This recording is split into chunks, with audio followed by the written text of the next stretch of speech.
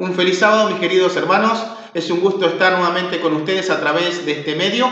Hoy vamos a tocar un tema sumamente importante para todos los cristianos. El título de hoy es ¿Cómo obtener la paz interior?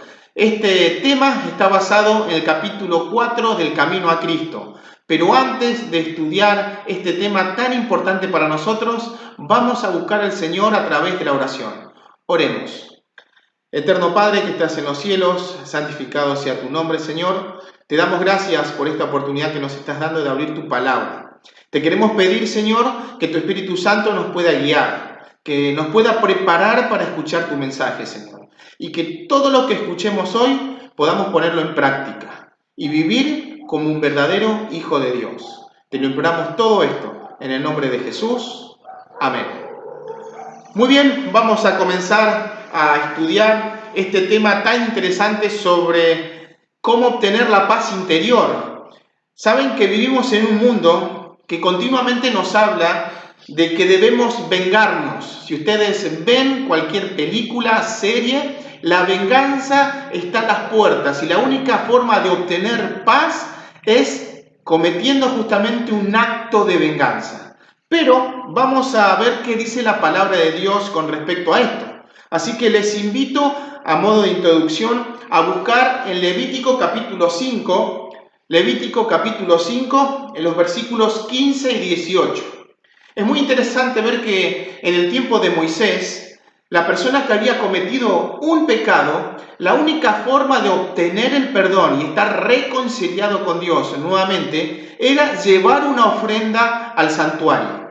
Dice en el versículo 15 del capítulo 5 de Levítico: cuando alguna persona cometiere falta y pecare por yerro en las cosas santas de Jehová, traerá por su culpa a Jehová un carnero sin defecto de los rebaños, conforme a la estimación en siclos de plata del siclo del santuario, en ofrenda por el pecado. Versículo 18.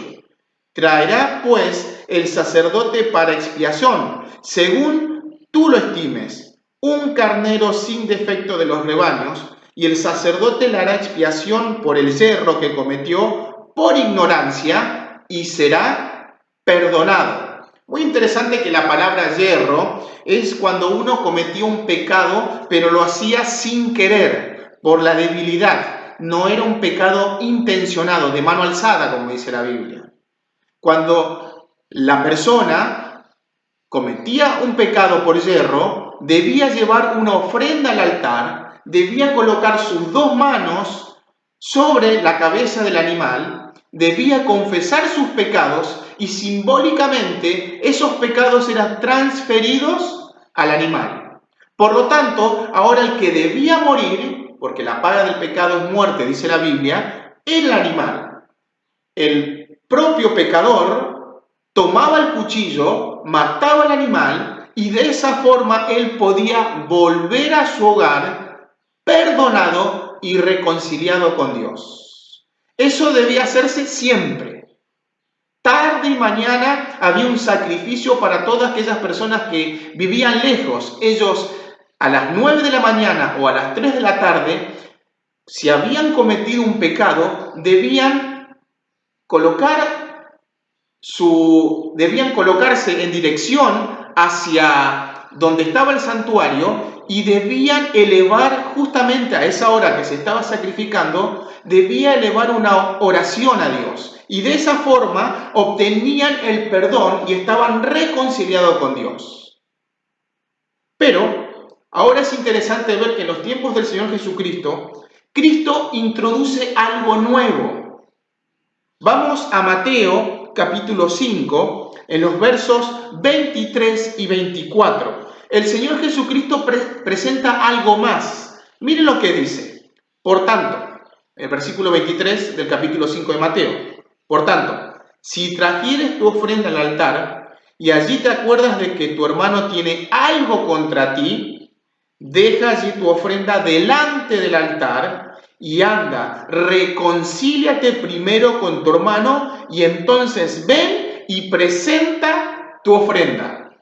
Acá el Señor Jesucristo nos presenta algo más. Dice que para obtener el perdón y estar reconciliado con Dios, primero debía reconciliarse con su hermano, con el cual tenía algún inconveniente. Pero también es interesante ver es que dice acá el texto, si tu hermano tiene algo contra ti.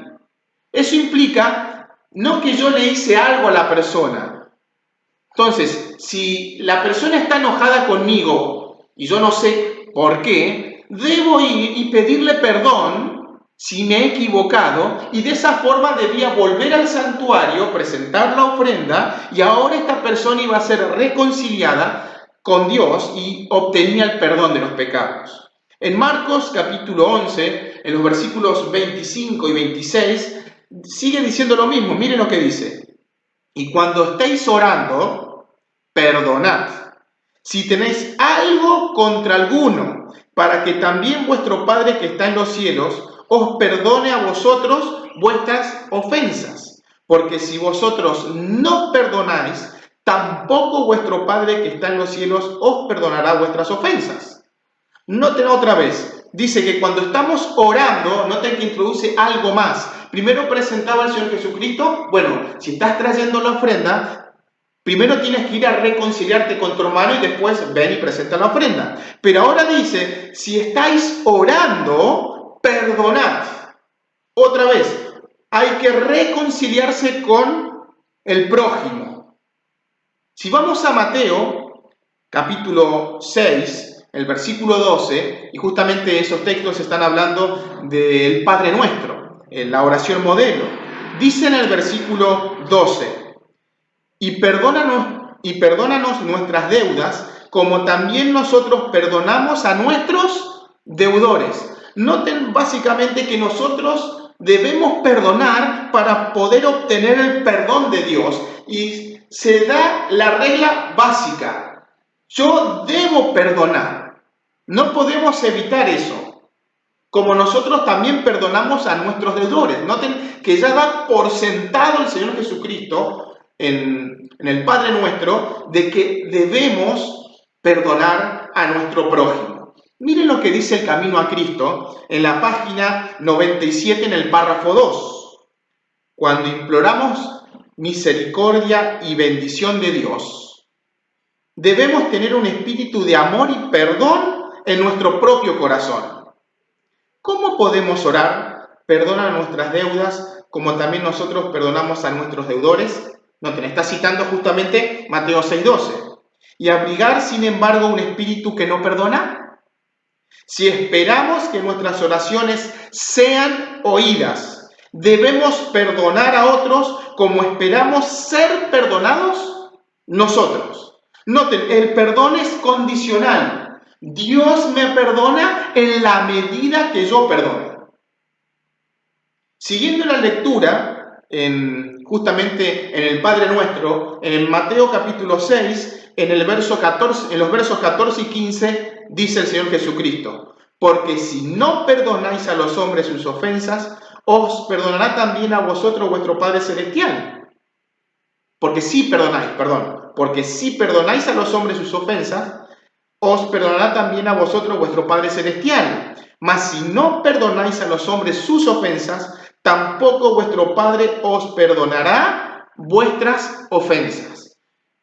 Si quiero recibir el perdón divino, debo perdonar a mi prójimo. Es condicional. Miren lo que dice en el libro de Elena de White, Maravillosa Gracia, en la página 329. Tiene un subtítulo, La deuda. Dice así, perdona nuestras deudas como también nosotros perdonamos a nuestros deudores. Va a citar ahora ella. Aquí se solicita una gran bendición en forma condicional, lo que estábamos hablando recién. Nosotros mismos establecemos esas condiciones. Pedimos que la misericordia que manifestemos a los demás. Cristo declara que esta es la regla mediante la cual Dios traerá con nosotros, porque si perdonáis a los hombres sus ofensas, os perdonará también a vosotros vuestro Padre Celestial. Mas si no perdonáis a los hombres sus ofensas, tampoco vuestro Padre perdonará vuestras ofensas. Maravillosos términos. Son maravillosos lo que está diciendo acá. Pero, cuán poco comprendidos y practicados son. Noten, hay un problema en el cristiano. Es poco comprendido el concepto del perdón entre el cristiano o dentro del cristianismo, y son pocos los que lo practican. Uno de los pecados más comunes y que produce los resultados más perniciosos es el sometimiento a un espíritu no perdonador. Cuando albergan animosidad o deseos de venganza y actos seguidos se inclinan delante de Dios para que los perdone como ellos perdonan. Ciertamente no pueden tener una verdadera comprensión de la importancia de esta oración, pues si así no fuere, no se atreverían a pronunciarla. Dependemos de la misericordia perdonadora de Dios cada día y a cada hora. ¿Cómo podemos entonces albergar amargura y malignidad hacia nuestros semejantes pecadores? El hecho de que nos encontremos bajo una obligación tan grande hacia Cristo nos enfrenta con la más sagrada obligación hacia aquellos por quienes murió para redimirlos. Debemos manifestar hacia ellos la misma simpatía, la misma tierna compasión y el amor abnegado que Cristo manifestó hacia nosotros. El que no perdona, escuchen bien lo que pasa ahora. El que no perdona suprime el único conducto por el cual puede recibir la misericordia de Dios. No debemos pensar que a menos que confiesen su culpa los que nos han hecho daño, tenemos razón para no perdonarlos. Sin duda, es su deber humillar sus corazones por el arrepentimiento y la confesión. Pero hemos de tener un espíritu compasivo hacia los que han pecado contra nosotros, confiesen o no sus faltas. Por mucho que nos hayan ofendido, no debemos pensar de continuo en los agravios que hemos sufrido, ni compadecernos de nosotros mismos por los daños. Así como esperamos que Dios nos perdone nuestras ofensas, debemos perdonar a todos los que nos han hecho mal. Noten, interesante la cita, dice que si nosotros no perdonamos, suprimos, dice, el único conducto por el cual Dios puede manifestar su misericordia. Dios nos va a perdonar en la medida que nosotros perdonemos. Muy interesante lo que dice esta autora, se llama Miriam Rojas Estapé. El libro se llama ¿Cómo hacer que te pasen cosas buenas? Es una científica, psiquiatra. Dice, miren lo que dice ella, no está hablando de lo religioso, pero ella ha estudiado justamente el tema del perdón y dice, perdonar alivia el dolor causado, evita el resentimiento y por ello abre a las víctimas las puertas del futuro, que, sin él, estarían inevitablemente cerradas. La capacidad de perdonar es exclusiva de la víctima, no depende del arrepentimiento de quien provocó la ofensa, dice. El perdón libera de cargas y ayuda a seguir adelante, aunque la causa sea terrible, aunque el que lo provoque no se arrepienta. En mi experiencia clínica, dice ella, siempre compensa. El perdón es un trampolín, un puente seguro para la liberación del dolor. Noten, una científica nos está diciendo acá en su libro que el perdonar alivia el dolor causado. Y yo no debo esperar que la persona que me ha lastimado me pida perdón. No, yo debo perdonarlo. Y de esa forma voy a saltar, dice, como un trampolín, en un puente seguro a la liberación del dolor. Les voy a contar un caso que sucedió en mi antigua iglesia. Este hombre fue anciano de iglesia. Y mi padre en ese tiempo también era anciano de iglesia y había llegado la noticia de que justamente este hombre estaba engañando a su esposa. Me acuerdo bien porque fuimos a comer a su casa y yo era chico y salí y escuché entre algo que estaban hablando justamente de eso, mi papá le preguntó directamente y yo salí de la sala, fue lo único que escuché. ¿Vos le estás engañando a tu esposa, sí o no? Y yo salí. Y claro, estuvieron un largo tiempo hablando. Él, para resumir la historia, con el tiempo me enteré bien cómo fue, él negaba rotundamente, le decía a la esposa, yo no le engañé, yo soy anciano de iglesia, le decía a mi papá. Yo soy anciano de iglesia, no, ella está loca, esta mujer está loca, no tengo a ningún amante, no tengo a nadie. Bueno, finalmente esta persona dejó la iglesia, pasaron unos meses, no mucho tiempo, y bueno, habían cambiado de anciano, mi papá ya no estaba más en ese momento de anciano en la iglesia, había otro anciano o otros ancianos, y el pastor de la iglesia justamente se fueron hacia la ABO, no sé por qué motivo, junto a su esposa y junto a un anciano y su esposa. Y ellos le contaron a mi papá mucho tiempo después lo que había sucedido. Ellos iban circulando por una calle y a lo lejos ven a una pareja que iban de la mano. Entonces se hablaron y dijeron, ¿ese no es fulano de tal? El anciano que supuestamente le estaba engañando a la esposa. Dice, no sé, parece que es él, pero no, está cambiado, está con barba. No sé. A ver, doblá acá en la esquina, porque ellos estaban caminando hacia esa dirección. Nos vamos a bajar y vamos a esperar a ver si es él o no. Bueno, doblaron en la esquina, se bajaron tanto el pastor con su esposa y el anciano y su esposa. Se quedaron esperando en la esquina y llegó esta persona y era exactamente el ex anciano de iglesia con su nueva mujer, su amante. Venían de la mano. Lo miraron, dice que se sorprendió esta persona, agachó la cabeza y siguió caminando. Y comento esto, es anecdótico, esa misma noche, este ex anciano de iglesia que había engañado a su mujer y estaba conviviendo con su esposa, murió de un paro cardíaco en el baño de su departamento, con la cual convivía con esta mujer. Cierro paréntesis. Con el tiempo, se dio a conocer que esta mujer, la amante del ex anciano de iglesia, era hija de una hermana de iglesia, de la misma iglesia donde él era anciano. Cuando la viuda, la mujer de él, se enteró de que la amante era la hija de una hermana de iglesia,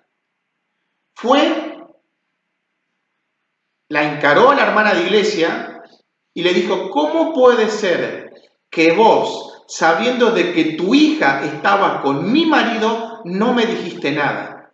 Y ella le dijo, mirá, yo quería decírtelo, pero es mi hija, no sabía qué hacer. Esta hermana se ofendió terriblemente. ¿Cómo puede ser que nosotros somos hermanos de iglesia y vos me ocultaste que mi marido andaba con tu hija? Bueno, ella dejó de asistir a la iglesia, se transformó en estas personas, ustedes conocen, que va de vez en cuando a la iglesia. Bueno, pasó el tiempo, la otra mujer, a la cual la hija era la amante, también se mudó de iglesia a otra iglesia dentro del distrito. Con el tiempo, pasaron 7, 8 años más o menos. Bueno, vino de visita la ex mujer del anciano y justo vino la madre del amante. Cuando entró la viuda, vio a la mujer, y me acuerdo bien, eso lo vi yo, dice, yo no voy a pisar esta iglesia. Yo estoy ofendida con ella, porque ella me ocultó que mi marido andaba con su hija. Y se dio media vuelta y se fue ofendidísima. Y habían pasado 7, 8 años aproximadamente. Y todavía ella vivía con ese dolor, con ese rincón en su corazón.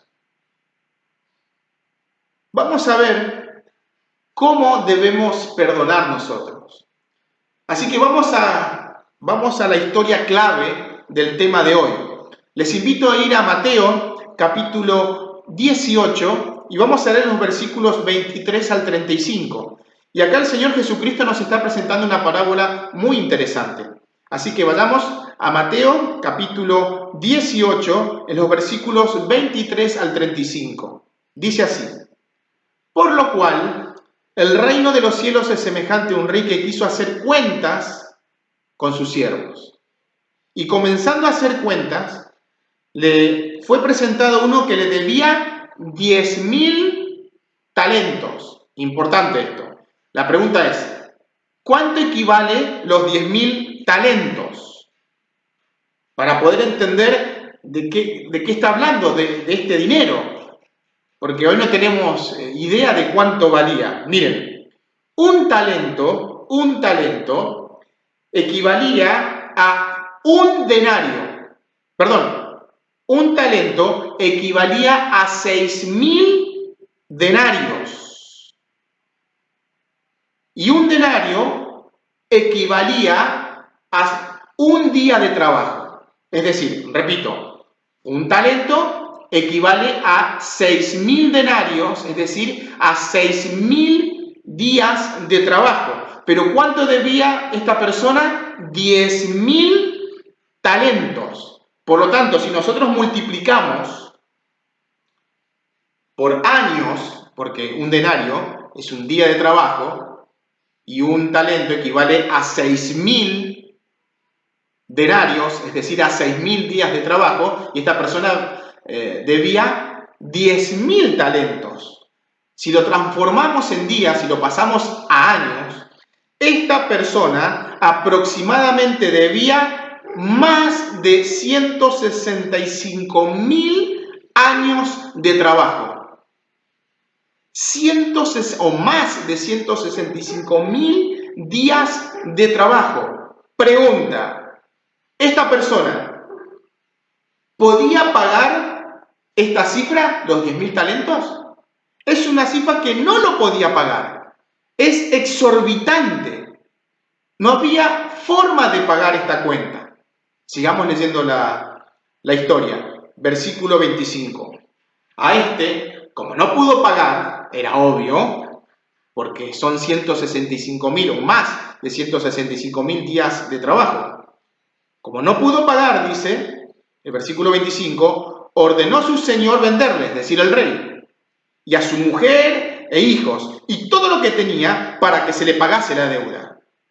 Entonces, aquel siervo, postrado, le suplicaba diciendo, Señor, es decir, al rey, ¿no?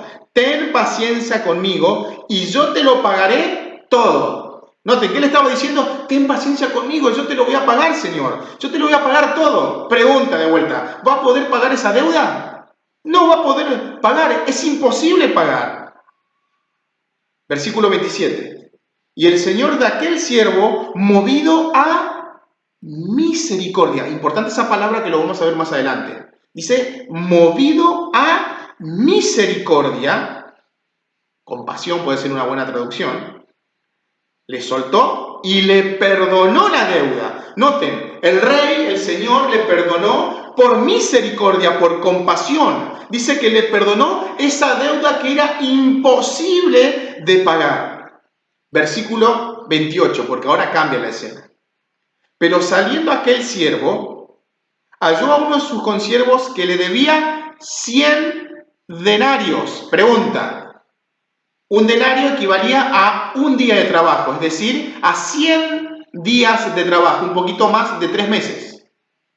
Pregunta, ¿podía pagar esta deuda? Por supuesto que quería pagar. Hay muchos que tenemos deuda mucho más larga que 3 meses.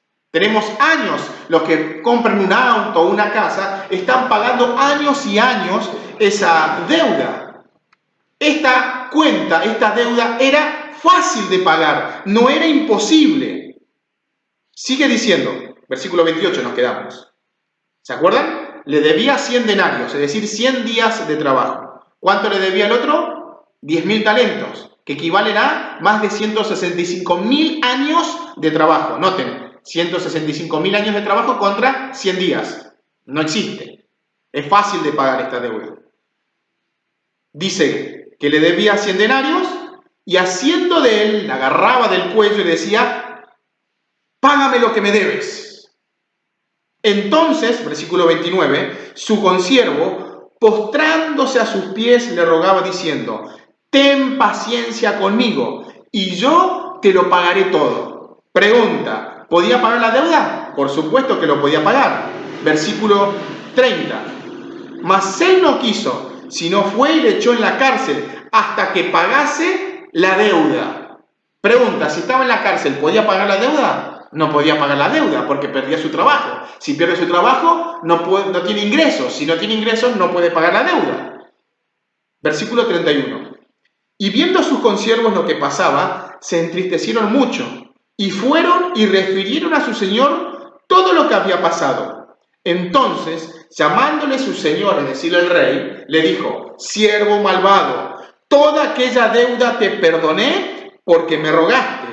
¿No debías tú tener misericordia de tu consiervo como yo tuve misericordia de ti? Noten, otra vez, la palabra misericordia, compasión.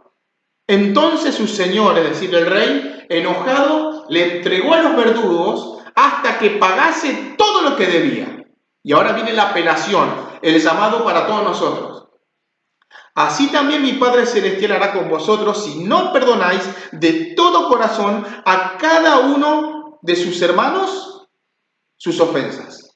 Noten, el Señor nos apela que debemos perdonar, no importa lo que nos hagan. Eso debemos hacer, perdonar, porque ese es el espíritu de un cristiano verdadero. Ahora, qué interesante es que en Mateo 5, el versículo 48, dice, sed pues vosotros perfectos, como vuestro Padre que está en los cielos es perfecto. Ahora, muchos dicen, bueno, nosotros no somos perfectos porque somos pecadores, pero acá el Señor Jesucristo está diciendo, sed perfectos, es una orden. Ahora, si el Señor Jesucristo nos da una orden es que se puede hacer, pero está la otra perspectiva que dice, no, a ver, no hay ninguno perfecto, todos somos pecadores, no hay ni uno, dice. Pero el punto acá es que debemos entender qué quiso decir el Señor Jesucristo cuando dijo perfectos. La palabra teleios, que aparece acá, es la palabra completos, maduros.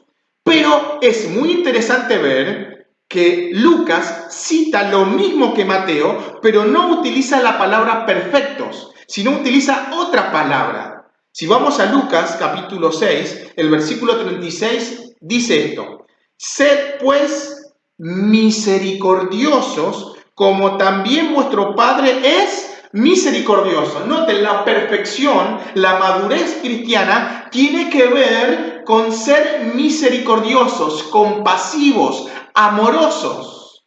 Y el contexto que está hablando acá es perdonar a nuestros prójimos, no importa lo que nos hayan hecho.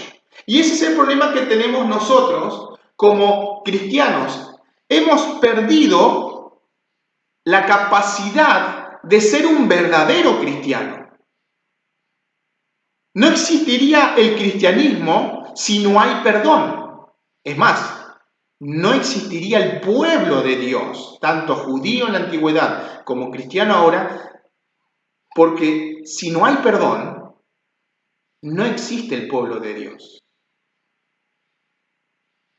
Miren lo que dice en Efesios capítulo 4, versículo 32. Antes sed benignos unos con otros, misericordiosos, compasivos, amorosos, perdonándoos unos a otros como Dios también os perdonó a vosotros en Cristo. Noten acá, la amonestación es ser benignos y misericordiosos, perdonándoos unos a otros como Dios también os perdonó a vosotros en Cristo Jesús. Ahora, la pregunta que debemos hacernos es, ¿el perdón para qué me sirve? ¿Qué beneficios trae el perdón? Bueno, ustedes saben perfectamente que el perdón sana. Miren lo que dice Santiago capítulo 5, versículo 16. Confesaos vuestras ofensas unos a otros y orad unos por otros para que seáis sanados. El perdón trae sanidad.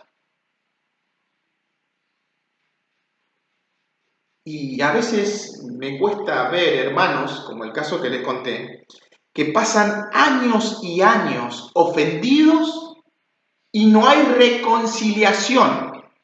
Entonces la pregunta que yo me hago es, ¿ese es tener el espíritu de un cristiano? ¿Ese es tener el espíritu de Cristo? Porque el Señor Jesucristo, cuando estaba en la cruz, ¿qué dijo? Perdónanos porque no saben lo que hacen. Y cuando el Señor Jesucristo dijo eso, no solamente le estaba hablando a los que le estaban clavando en la cruz y le estaban insultando, escupiendo y se estaban burlando. No, dice Elena de White que cuando dijo el Señor Jesucristo, perdónanos porque no saben lo que hacen, estaba involucrando a toda la humanidad hasta el cierre del tiempo de gracia. Es decir, al mundo entero.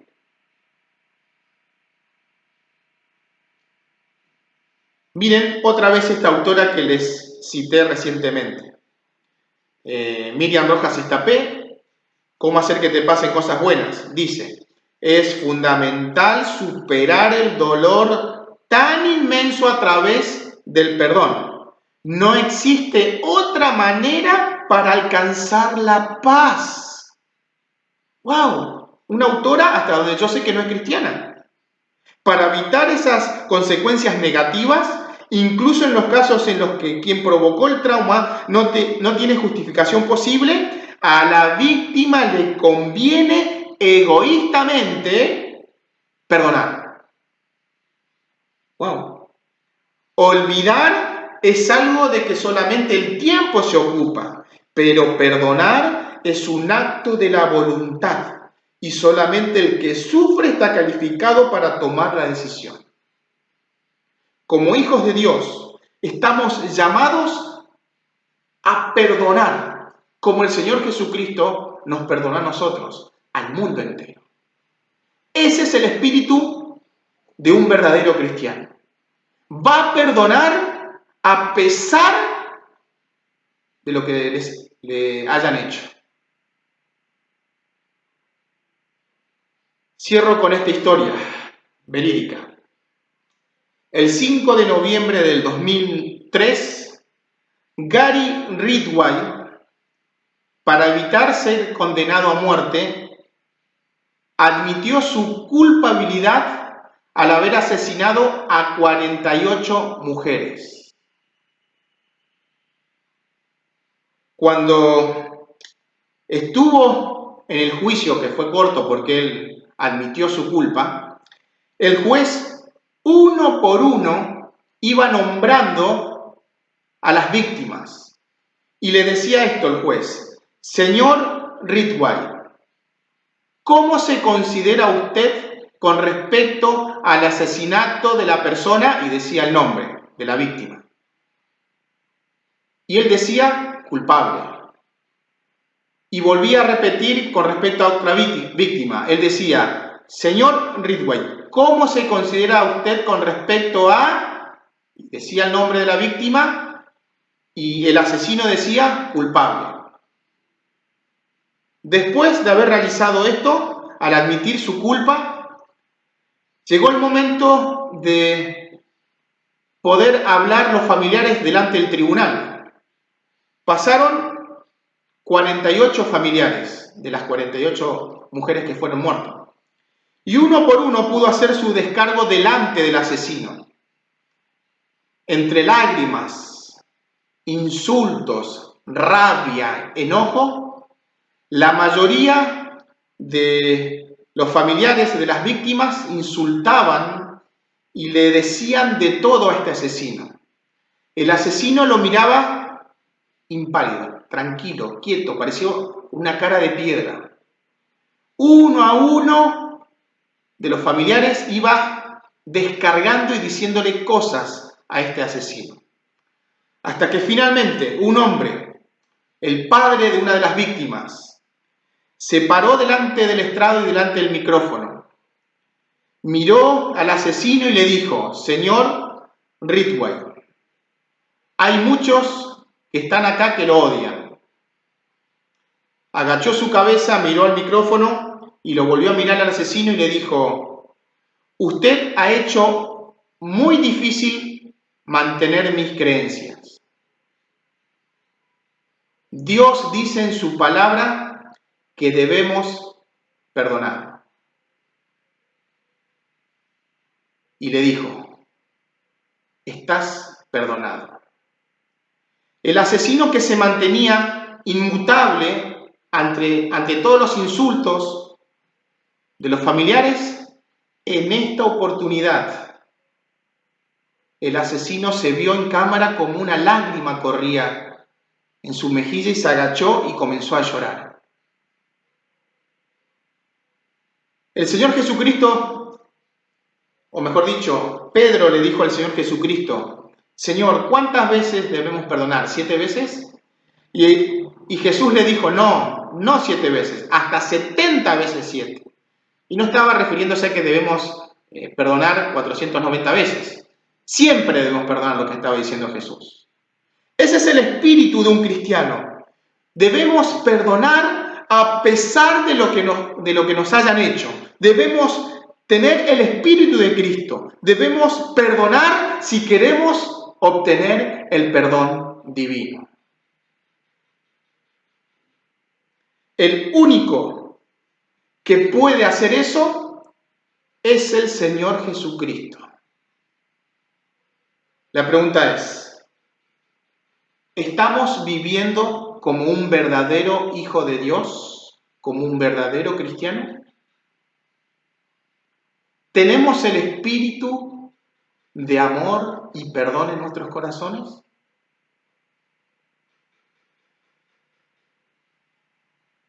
A veces, repito, he visto muchas veces peleas dentro de la iglesia y las personas no se hablan por años.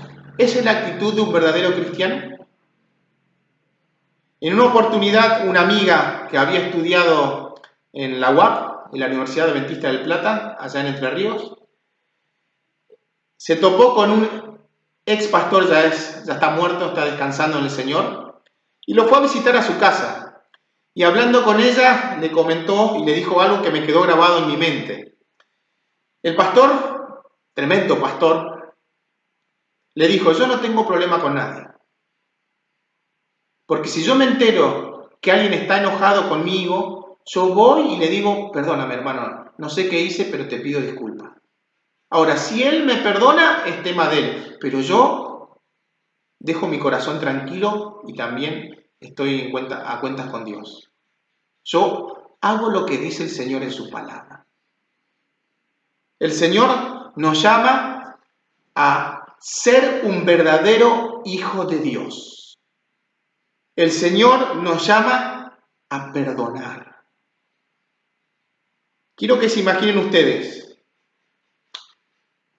¿cómo sería el mundo cristiano estoy hablando, si todos sus seguidores hacen lo que Dios pide, perdonar? Hubiéramos predicado al mundo de forma extraordinaria. Cierro con esta historia. En realidad es una poesía que dice así, espero que me acuerde.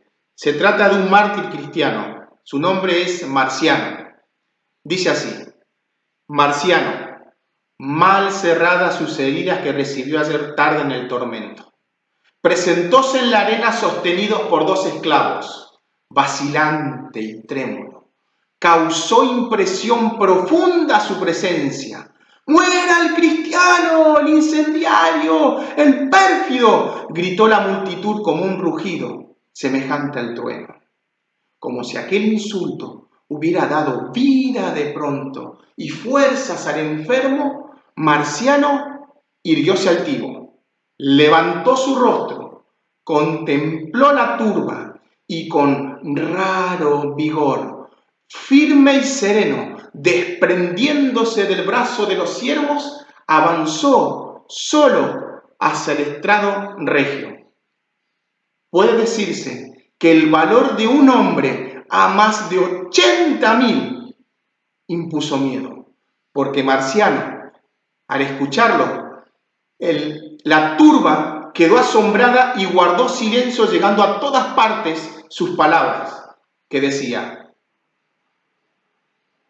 si yo muero, por haber incendiado, muero inocente, porque yo no he cometido este delito.